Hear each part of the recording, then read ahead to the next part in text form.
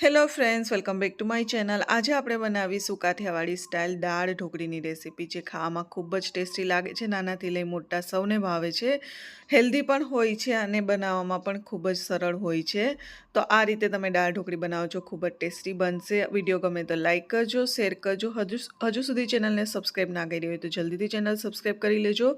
બાજુમાં આપેલા બેલ આઇકનને પણ જરૂરથી હિટ કરજો। તો ચલો રેસીપી સ્ટાર્ટ કરીએ। સૌપ્રથમ આપણે લોટ બાંધી લેશું ઢોકળી માટે। તો અહીંયા આપણે ઘઉંનો લોટ લીધો છે 1 વાટકા જેટલો। હવે આપણે એની અંદર બધા મસાલા ઉમેરીશું। તો સૌપ્રથમ આપણે એની અંદર હળદર ઉમેરી દઈશું। હળદર ઉમેર્યા પછી અહીંયા થોડો એવો ગરમ મસાલો ઉમેરી દઈશું। ગરમ મસાલો ઉમેર્યા પછી લાલ મરચાંનો પાવડર ઉમેરીશું થોડો એવો। હવે આપણે એની અંદર ઉમેરીશું સ્વાદ અનુસાર મીઠું। મીઠું ઉમેર્યા પછી થોડી હિંગ ઉમેરી દઈશું અને મોણ માટે થોડું એવું તેલ ઉમેરી દઈશું। અને જે રીતે આપણે રોટલીનો લોટ બાંધતા હોય એ જ રીતે થોડું થોડું પાણી ઉમેરી અને લોટ બાંધી લઈશું। દાળ ઢોકળી તમે ઘણીવાર બનાવી હશે, પણ એકવાર આ રીતે બનાવજો, એકદમ સરળ રીતે અને ટેસ્ટી પણ બને છે। અને મારી ચેનલ હજુ સુધી સબસ્ક્રાઈબ ના કરી હોય તો જલ્દીથી ચેનલ સબસ્ક્રાઈબ કરી લેજો અને બાજુમાં આપેલા બેલ આઇકનને પણ જરૂરથી હિટ કરજો, જેથી તમને જે પણ હું રેસીપી શેર કરું એની નોટિફિકેશન ટાઈમસર મળી રહે। તો અહીંયા રોટલીના લોટ જેવો આપણે લોટ બાંધી લીધો છે। હવે થોડું એવું ઉપરથી તેલ ઉમેરી મિક્સ કરી અને લોટને રેસ્ટ માટે મૂકી દઈશું। ત્યાં સુધીમાં આપણે દાળને બાફવા માટે પણ રાખી દઈએ। તો અહીંયા મેં 3 મુઠ્ઠી જેટલી દાળ લીધી છે। અહીંયા હું ફક્ત 3 વ્યક્તિ માટે બનાવું છું, એટલે એ રીતનું મેં માપ લીધું છે। અહીંયા આપણે 2 ગ્લાસ જેટલું પાણી ઉમેરીશું। પાણી ઉમેરી દીધા પછી દાળને સારી રીતે ધોઈ અને આપણે ઉમેરી દેવાની છે। તો અહીંયા આપણે તુવર દાળ લીધી છે, એને સારી રીતે ધોઈ લીધી છે। હવે આપણે એ પણ ઉમેરી દઈશું। દાળ ઉમેરી દીધા પછી હવે આપણે એમાં મગફળીના દાણા ઉમેરીશું। દાળ ઢોકળીમાં મગફળીના દાણા ખૂબ જ ટેસ્ટી લાગે છે, ખાવાની ખૂબ જ મજા આવે છે। દાણા ઉમેરી દીધા છે। સ્વાદ અનુસાર આપણે મીઠું ઉમેરી દઈશું, હળદર ઉમેરી દઈશું। હળદર ઉમેર્યા પછી અહીંયા થોડું એવું આપણે તેલ ઉમેરી દઈશું અને બધી વસ્તુને સારી રીતે મિક્સ કરી અને 3 થી 4 સીટી થાય ત્યાં સુધી સરસ રીતે દાળને બફાવા દેવાની છે। તો અહીંયા આપણે કુકરનું ઢાંકણું બંધ કરી દઈએ અને દાળને સરસ રીતે બફાવા દઈએ અને પછી આપણે એનો વઘાર કરીશું। તો અહીંયા 3 થી 4 સીટી જેવું થઈ ગયું છે। તો હવે આપણે ચેક કરી લઈએ। 3 થી 4 સીટી પછી પણ જો દાળ થોડી કાચી હોય તો એકાદી સીટી વધારે કરી લેવી। તો અહીંયા સરસ એવી દાળ બફાઈ ગઈ છે, તો એને સારી રીતે આપણે ક્રશ કરી લેશું। દાળને ભાંગી લેવાની છે, એટલે એક રસ જેવી થઈ જશે।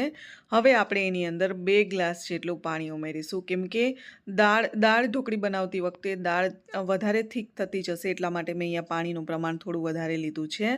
તો અહીંયા આપણે 2 ગ્લાસ જેટલું પાણી ઉમેરી દીધું છે। બધી વસ્તુને સારી રીતે આપણે મિક્સ કરી દેવાની છે અને દાળને આપણે સાઈડમાં ઉકળવા માટે મૂકી દઈએ, ત્યાં સુધીમાં આપણે એનો વઘાર તૈયાર કરી લઈએ। તો એક કડાઈની અંદર આપણે થોડું એવું તેલ લેશું, તેલને ગરમ થવા દઈશું। જેવું તેલ ગરમ થાય એટલે સૌપ્રથમ આપણે એની અંદર રાઈ ઉમેરવાની છે।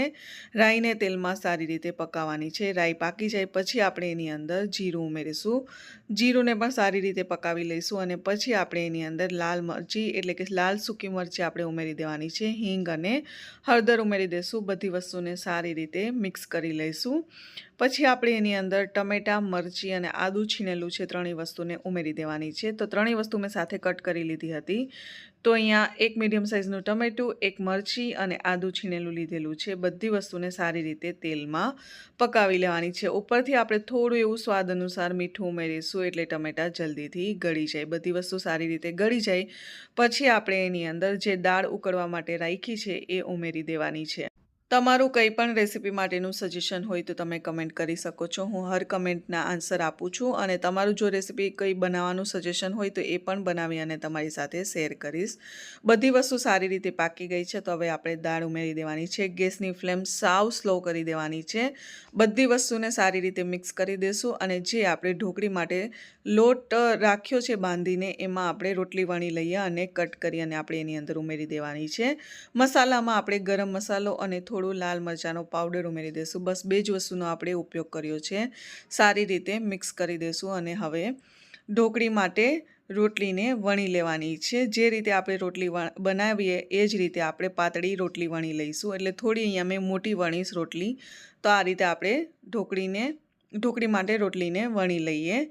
રોટલીને આ રીતે વણી લીધા પછી હવે આ રીતે આપણે ઢોકળીની સાઇઝમાં, તમારે જે સાઇઝમાં રાખી હોય એ સાઇઝમાં તમે કટ કરી શકો છો।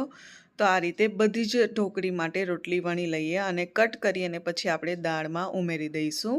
દાળની અંદર જ આ ઢોકળી સારી રીતે પાકી જશે, વધારે સમય પણ નથી લાગતો અને આ દાળ ઢોકળી ખાવામાં ખૂબ જ ટેસ્ટી બને છે. તો અહીંયા આપણે બધી જ ઢોકળીને આ રીતે બનાવી લઈશું. તો તમે અહીંયા જોઈ શકો છો, સરસ એવી, વધારે થીક પણ નથી અને આ રીતની આપણે ઢોકળીને વણી લીધી છે. હવે આપણે એના કટકાઓ છે એ દાળની અંદર ઉમેરી દેવાના છે. ઉમેરી દીધા પછી સારી રીતે મિક્સ કરી દઈશું. ગેસની ફ્લેમ સ્લો જ રાખવાની છે. સ્લો તાપ પર જ આપણે એને સારી રીતે પકાવવાની છે, તો જ સરસ રીતે એ પાકીને તૈયાર થશે, નહીં તો કાચી રહેશે એટલા માટે. તો અહીંયા બધી જ ઢોકળી માટેની રોટલી વણી લીધી છે. હવે ઢાંકીને આપણે એને 2 થી 3 મિનિટ જેવું પકાવીશું, એટલે સરસ એવી ઢોકળી પાકી જશે. 2 થી 3 મિનિટ જેવું થઈ ગયું છે. તમે અહીંયા જોઈ શકો છો, ઢોકળી સરસ એવી પાકી પણ ગઈ છે અને દાળ પણ ધીમે ધીમે થીક થવા લાગી છે. તો અહીંયા સરસ એવી દાળ ઢોકળી તૈયાર છે. હવે આપણે એની અંદર ખટાશ માટે મેં અહીંયા આંબલીનો ઉપયોગ કર્યો હતો. તો અહીંયા તમે જોઈ શકો છો, આંબલીનો રસ છે. આંબલીના બદલે તમે લીંબુનો પણ ઉપયોગ કરી શકો છો, પણ આંબલી અને ગોળથી સરસ ટેસ્ટ આવે છે. મેં ગોળને બદલે અહીંયા ખાંડનો ઉપયોગ કર્યો છે. તો અહીંયા આપણે ટેસ્ટ માટે, ખાટો મીઠા ટેસ્ટ માટે ખાંડનો ઉપયોગ કરીશું. બંને વસ્તુ ઉમેર્યા પછી અહીંયા મેં ગેસ તો બંધ કરી દીધો છે. સારી રીતે મિક્સ કરી લેવાનું છે અને લાસ્ટમાં આપણે ગાર્નિશિંગ માટે કોથમરી ઉમેરી દઈશું. તો અહીંયા ટેસ્ટી એવી દાળ ઢોકળી બનીને તૈયાર થઈ ગઈ છે. તો છે ને, જોતાની સાથે જ ખાવાની ઈચ્છા થઈ છે અને એવું કોઈ વ્યક્તિ નથી હોતું જેને દાળ ઢોકળી ના ભાવે. ખૂબ જ એટલે ખૂબ જ ટેસ્ટી બને છે. આ રીતે એકવાર જરૂરથી રેસીપી ટ્રાય કરજો અને તમને મારી આજની રેસીપી કેવી લાગી કમેન્ટ કરીને જરૂરથી કહેજો. આવી જ રીતે સપોર્ટ કરતા રહેજો. આવી જ રીતે નવી નવી રેસીપી તમારી સાથે શેર કરતી રહીશ. અને હા, ચેનલને સબસ્ક્રાઈબ કરવાનું ના ભૂલશો અને બાજુમાં આપેલા બેલ આઇકનને પણ જરૂરથી હિટ કરજો. મળીએ નેક્સ્ટ વિડીયોમાં કોઈ નવી રેસીપી સાથે. ત્યાં સુધી બાય.